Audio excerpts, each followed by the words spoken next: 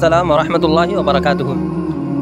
हर बालिग मुकीम मुसलमान मर्द और औरत मालिक निसाब पर कुर्बानी वाजिब है। अब यहाँ पर ये चीज़ें समझना ज़रूरी है कि मालिक निसाब से मुराद क्या है, मालिक निसाब का मतलब क्या है, कितने माल होने पर मालिक निसाब होता है।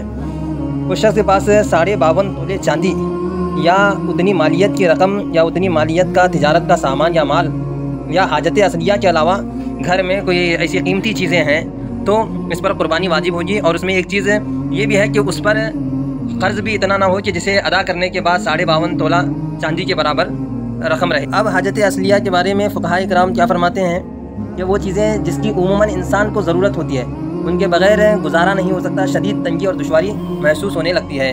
जैसे रहने का घर, पहनने के कपड़े, सवारी, इल्म दीन से मुतालिक किताबें और पेशे से मुतालिक औजार वग़ैरह कहा जाता है। अगर इस तारीफ़ को हम सामने रखें तो हमें ये मालूम हो जाता है कि हमारे घरों में बेशुमार चीज़ें ऐसी होती हैं जो हाजत असलिया में दाखिल नहीं है। चुनांचे अगर उनकी कीमत 52.5 तोला चांदी के बराबर पहुँच गई तो कुर्बानी वाजिब होगी।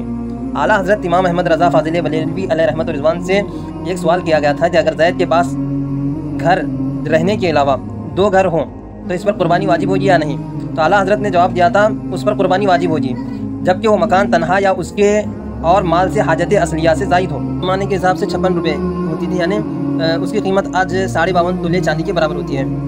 तो आला हज़रत ने फरमाया था कि 56 रुपये की कीमत को पहुँचे और वो मकान हाजत असलिया के अलावा मकान हो तो उस पर कुर्बानी वाजिब होगी।